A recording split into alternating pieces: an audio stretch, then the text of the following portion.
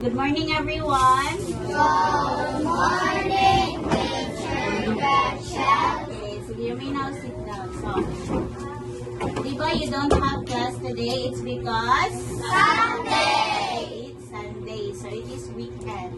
It's rest day, but I've called you this time. It's because I have an important matter to discuss with you on. So, ano din ang important matter? Importante. Importante nga, butang. So, have you heard the news? It's all over the news. Kinsa may naka-watch yung news din. Balita. Wala na yung magtanawan ng balita. O, kinsa may nakadungog o balita nga kanang taas na ang gasolina. Ako. Mahal na. O, itatanan no. It's because all of you are students and mostly mag-commute yun. So let us know ngano kahanitaas ang gasolina. So for those students who weren't able to hear the news and watch the news, it's all over the country, not just in the Philippines but also sa tibuok kalibutan. There is a war. Unsa man ang war? Gira. Ubat or gira between Iran. Israel, and US. United States of America. So, nag-war sila. Teacher, nganong napiktuhan man ang Philippines? So, the answer is, even though the Philippines is very far from the war zone, layo gata sa nagubat, we are part of the global economy. So, unsa din ang global economy, teacher? So, mauna siya ang trade industry kanang magpalit-palit or mag-exchange of goods and services. So, dili gikuha ang tanang gasolina ha. Gika na siya sa uban nga country. So, teacher, why it is an important matter? So, that's why I've asked you first. Kinsay nakadungog sa balita?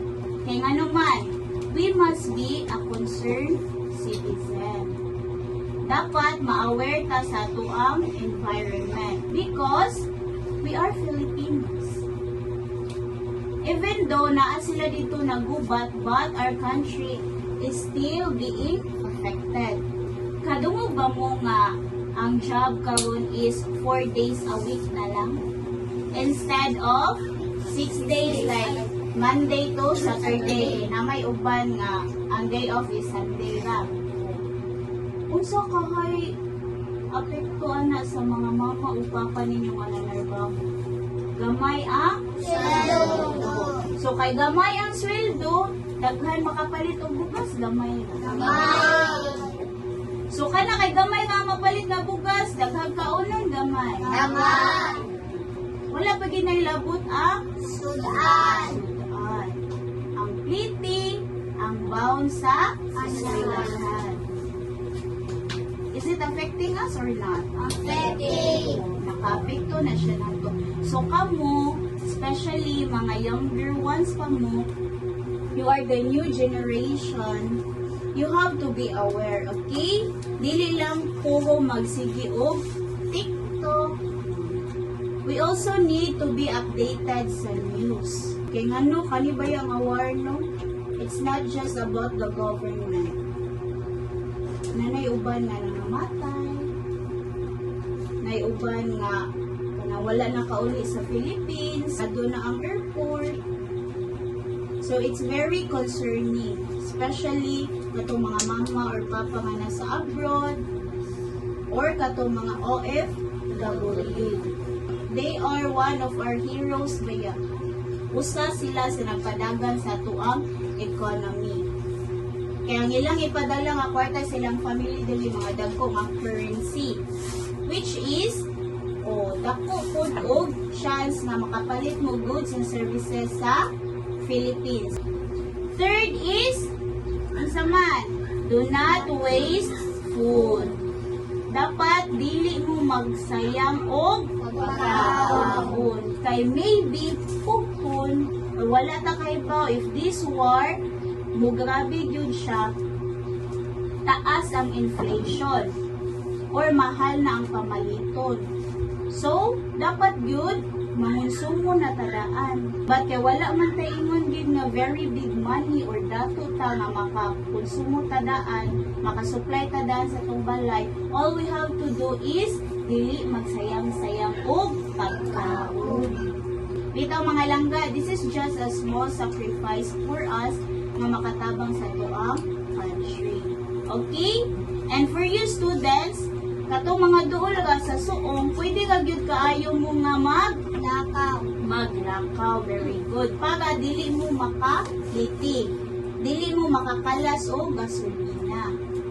Kamukod, mga high school, pwede ka dyan ka na yung buhaton van. Dapat na amoy kauban. Ha? Dili ka pwede, you will be walking alone. That is just my advices para makatabang ta sa tuang country. Kay mga Filipinos makahatag. Diba? Are you proud to be a Filipino? Yes. If you are proud to be a Filipino, we must help our country. Okay? So dapat updated na sa news, ha? Dili kay sige ka daw TikTok. Ayun si Kuya Ryan. Okay naman dyan na mag-TikTok, but you also search sa TikTok kung saan nakita po. It's all over the world yun. Ha? So, now, I want you to close your eyes and let us send a small prayer, a sincere prayer para sa mga nangawala tungkol sa God. Okay? Sincere ha, it means wholeheartedly. In your own pwede ka silent prayer. Okay? Just close your eyes and start praying for those who are deceased. In the name of the Father, The Son, of the Holy Spirit. Amen. Okay, so, kamugali, if you wake up first in the morning, you have to thank the Lord that you still Alive. You are still alive. Okay, so let us hope and pray that this war will end soon. Okay, even though we're not directly affected, still it affects us. But for those who are near dyan sa war zone, we hope na makabangon na dahil sila. And they will keep safe. Okay? So thank you everyone, and I hope you will be aware sa environment na atuang gipuy-an. Especially sa atong beloved country, Philippines. Okay? Thank you everyone, and bye-bye. Annyeonghaseyo. So, today, naaray ko sa tricycle as I'm going to school. So, this is my bag.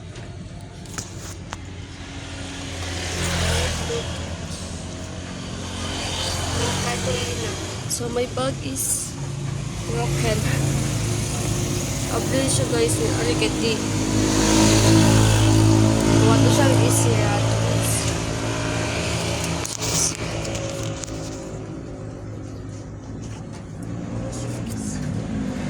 Lupa na siya. Abit rin. Abit.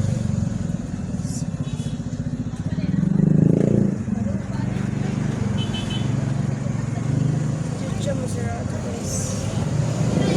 Lupa na siya. Apilis sa dakong develop. Lupa na siya. And that's all. So I'm going to school. So time is 11:43.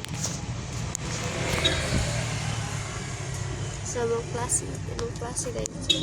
TI is 12:06. Nya maabot ko sa mga 7.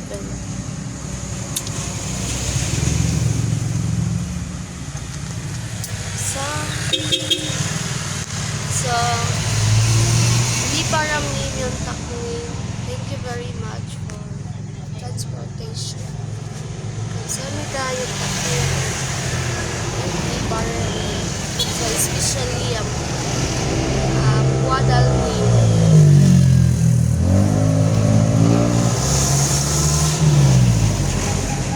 Thank you very much, Guadalupe.